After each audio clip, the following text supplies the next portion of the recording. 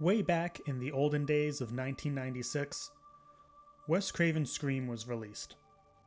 Written by Kevin Williamson as a satirical spin on the slasher genre, partially inspired by the real-life Gainesville Ripper, the film was released to a mostly positive critical acclaim and a huge box office. It quickly spawned its own franchise with the latest, fifth installment, coming out now.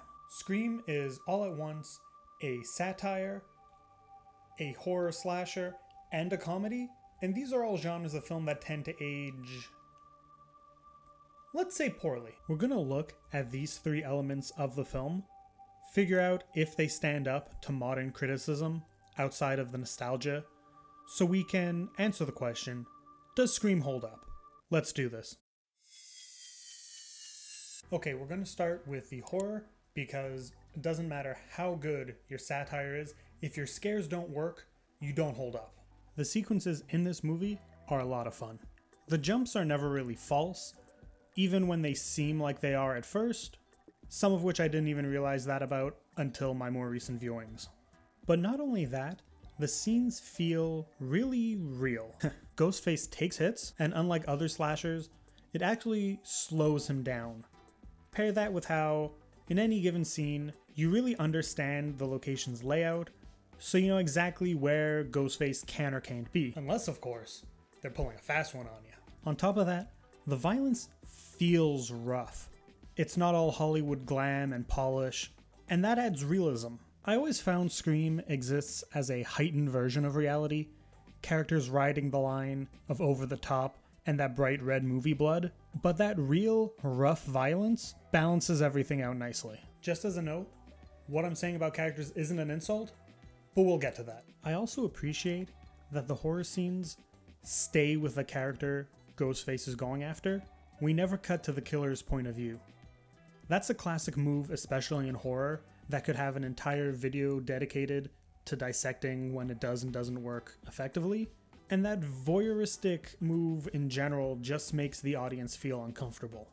But by keeping with Sydney or Casey or anyone else in these scenes keeps us in the dark to Ghostface's location and heightens the building tension. This is also used in the finale to broadcast how the tables have turned. We stay with Stu and Billy because Sydney is now the one going after them. Okay, so up top I referred to Scream as both a comedy and a satire, which is something people sort of view as the same thing, or at least interchangeable. That's not exactly wrong, but we're going to give the definition of what a satire really is: the use of humor, irony, exaggeration, or ridicule to expose and criticize people's stupidity or vices, particularly in the context of contemporary politics and other topical issues. And that is a form of comedy, obviously, but it's not the only one on display in Scream, and that's why I want to judge them separately. How does the comedy hold up when it's not being used to make meta-commentary and poke holes at the genre of horror in itself? The satire in this movie is spot on. At this point in time, our culture has been inundated with horror, especially the sea of horror slashers and sequels. So having these characters being fans, commenting on what the genre is, just makes sense. It's also a classic form of lampshading, which, in case you're not familiar, is calling attention to less plausible details. Doing so lets the audience know we're all in on this together. Great for moments like where Sydney has to run upstairs to escape Ghostface, preceded by having her make fun of that just a few scenes earlier in the film. Now we're going to talk about the rest of the comedy, which I think is a bit more hit or miss. A lot of that is due to the fact that the stuff in here is very 90s. I think overall it works, even when the jokes don't land, because all of it is character driven. A Randy joke wouldn't work for Stu joke wouldn't work for Tatum, etc. And that's, in my opinion, the best way to write jokes, because it's also a shorthand for explaining who these people are. A lot of comedies from the early 2000s, specifically the ones that are copying the Judd Apatow style, really fail to understand this. Now, tying into what I said before, the characters are, let's say, larger than life. I appreciate that kind of stuff, especially in comedy and horror movies, because it heightens them and lets us get a feel for who they are kind of right away. We know exactly what kind of guy Billy is the moment he shows up, and that's great. Also, they never reach caricature levels, and I find that to be part of what makes it work. Like, Randy might be a bit much, but I know there are guys out there like him who absolutely exist. If you don't know a Randy, you just might be a Randy. I mean, I've definitely been a Randy. Movie know-it-all bitch. Now, before we wrap up, I just want to mention how great a choice Wes Craven is to make this movie. He's extremely well-versed in horror at this point, but he's also a director who didn't want to spend his entire career in the genre. That puts him in the perfect position to find a balance between lampooning it while also giving it some legit tension.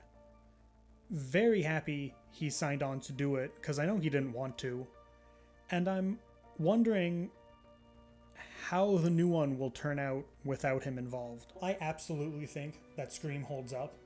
It's got way more hits than misses, and rewatching it in preparation of this video was a load of fun. Not only that, but Scream brought on a new crop of slasher films copying its style and even tone. Self-aware horror wasn't anything new when Scream came out. Hell, Wes Craven even did it before with New Nightmare, but this really amped it up. I think movies like Cabin in the Woods, Zombieland, and especially Tucker and Dale vs. Evil are amongst the movies that owe their existence to Scream. I find the series beyond this gets weaker and weaker as it goes, but I do appreciate that Wes Craven stayed on board for all 3 sequels. If discussing the Scream franchise as a whole is something you'd like to hear from me, let me know in the comments. Also, something scary movie. That's it for me. Hope you enjoyed this. If you did, share it with your friends. Maybe a like or a sub. All that good stuff. Let me know if you think it'd be fun to cover more horror stuff on the channel. And until next time, have a good one.